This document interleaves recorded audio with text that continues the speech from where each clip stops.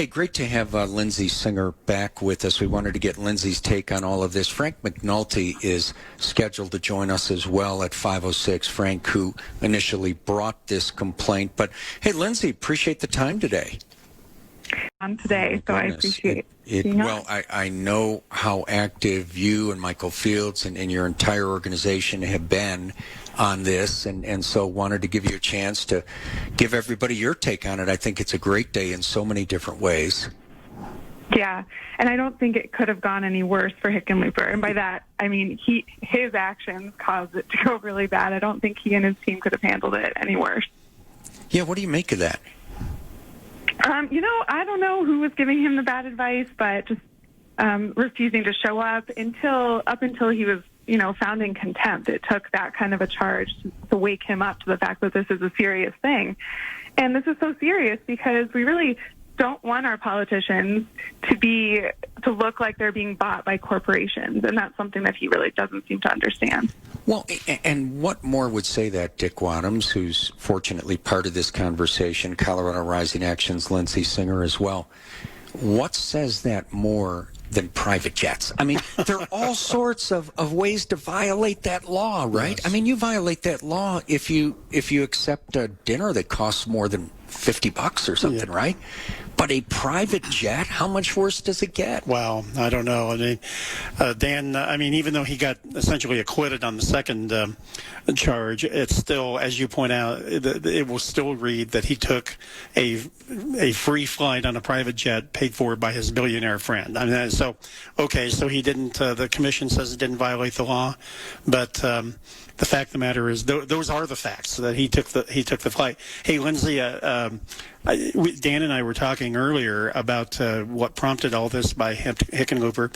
I honestly can't imagine his legal counsel and nor his campaign team advised him to create the situation that led to the contempt citation. I think this is Hickenlooper. I think we've got another great insight to his arrogance.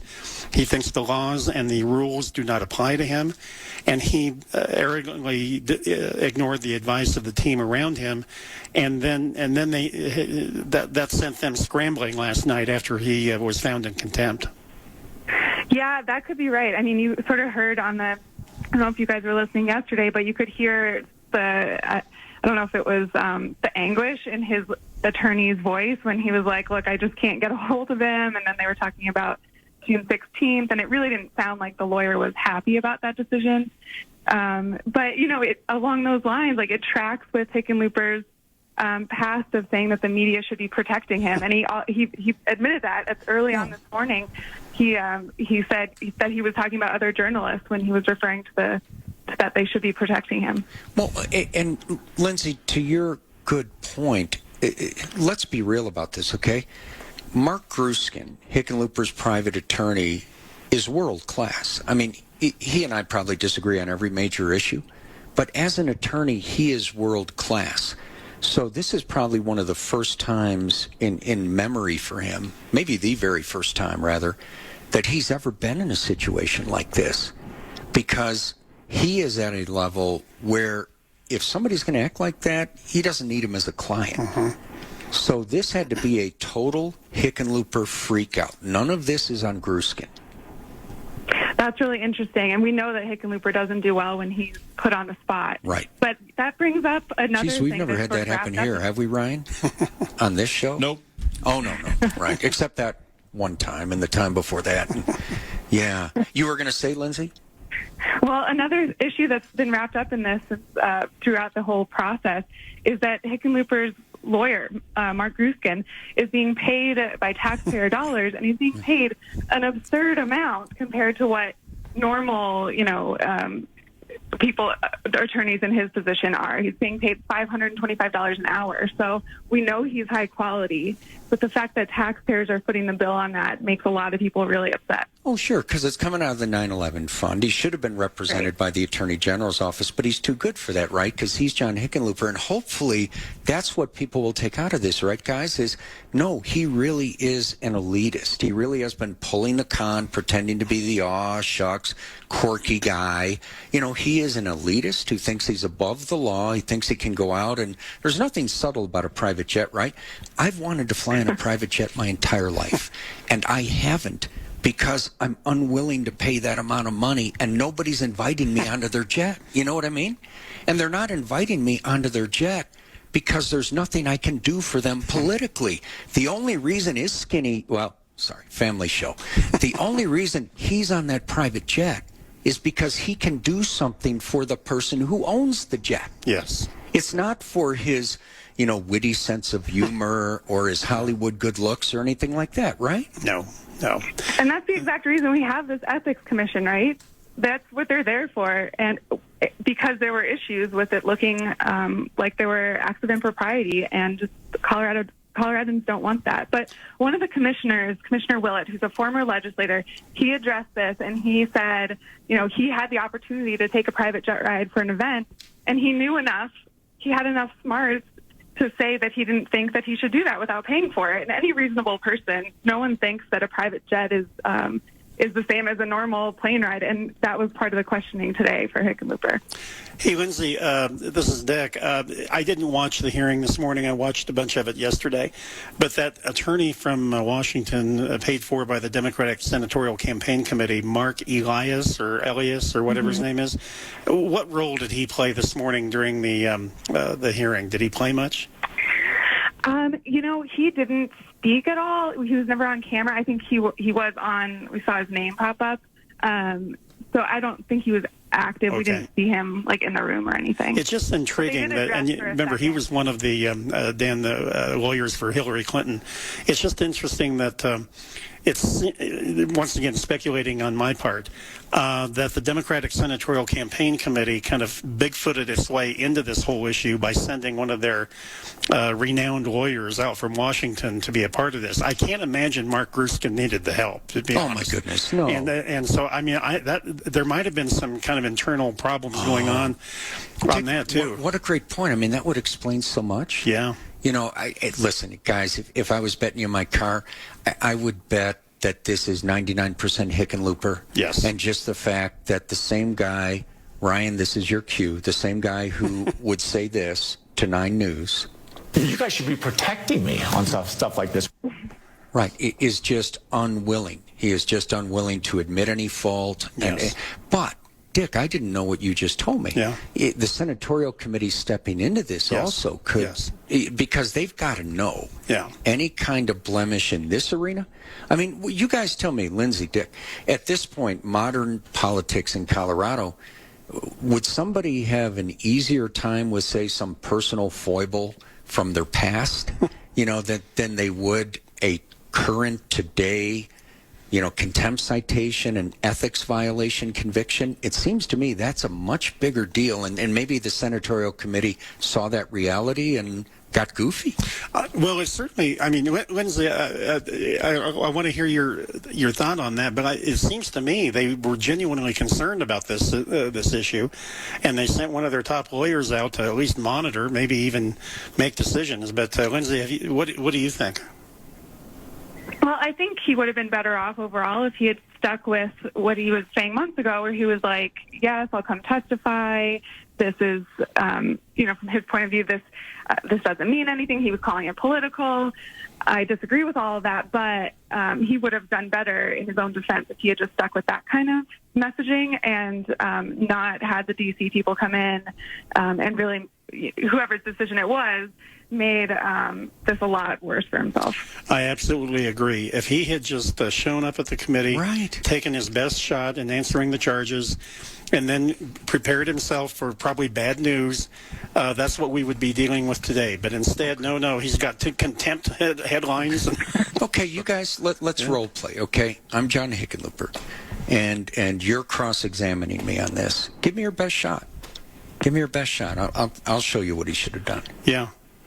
But he just couldn't bring himself to do it. No, he couldn't. Yeah. No, because he's so arrogant, Dan. He thinks he can get away with this stuff, and that they were going to cave and say, "Okay, John, you're our buddy. We're not going to do anything further." Yeah.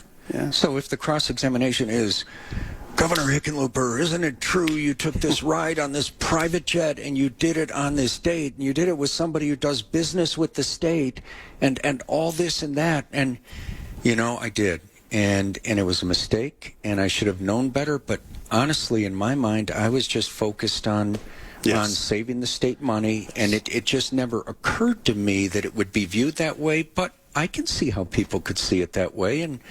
And I apologize for the confusion, and I won't do it again. Yeah. That's what he should have done. Drop the mic. That's right. Drop the mic, pick up the banjo. And they would have found him guilty on a couple of things or more, and he would have taken a hit. But he's turned a pinprick into a gash. Wow. That should, in my opinion. Yeah, he definitely wouldn't have made the headlines that he's been making the last couple of days.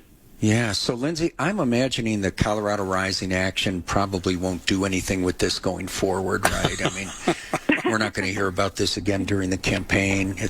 Yeah, no, this is absolutely part of the campaign. I mean, he has the primary to deal with, and I'm really glad that this hearing happened before the end of this month. But, he will still most likely win the primary, is my guess, and this will be front and center in everything we do. It speaks to his ethics. It speaks to, we only are hearing 6 of these instances, and that's because of the statute of limitations. But his issues with our ethics laws and just questionable behavior goes back since he was elected mayor of Denver. Well, and to your point, Lindsey Singer from Colorado Rising Action, Dick Wadham's with me. To your point, I think it also goes to character. I really do. And because he knew what he was doing, and he decided to violate the law anyway for his own personal comfort and convenience. And, there are a lot of people sitting in jail cells for doing that. And so I think it goes to character as well. Mm-hmm. But then also, tell me what you guys think. I see this now as being all that you've said it is. But it's not going to be lonely because we've got, other character issues out there for Hickenlooper. And I'm sorry, guys, but I want to take credit for this.